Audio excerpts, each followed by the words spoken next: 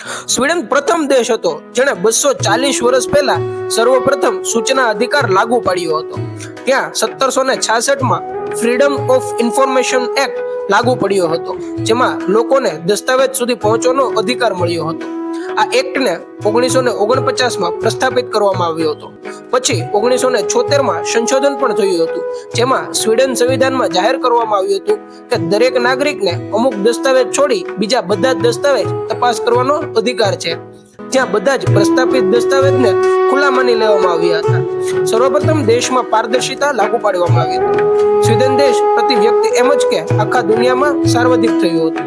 સ્વીડનના સૂચના અધિકાર લાગુ પાડવાની ઘટના ખૂબ જ રસપ્રદ હતી. સ્વીડનમાં બે પાર્ટી હતી, હેશ અને કેપ. બે પાર્ટી બંનેનું પ્રોનાઉન્સિએશન એક જ જેવું, એટલે કે ટોપી. વિપક્ષની પાર્ટી ઉદારવાદી હતી, જે વિપક્ષમાં રહીને પારદર્શિતાની માંગણી કરતી હતી.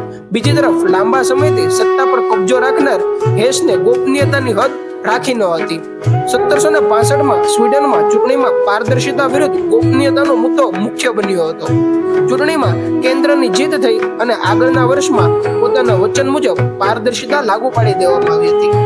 શાસકીય કાર્યોમાં પારદર્શિતા નાગરિકોને જાણવાના અધિકારને લગભગ 1940માં આંતરરાષ્ટ્રીય સ્તર પર મહત્વપૂર્ણ માની લેવામાં આવી હતી. ભલે ઘણા સમય સુધી કોઈ પણ વ્યક્તિએ આ નિયમને પાલન કરવાની ઢીલ રાખી હતી, પણ 1946માં સંયુક્ત રાષ્ટ્ર સંઘની આમ સભામાં પોતાની પ્રસ્તાવના જાહેર થયું હતું.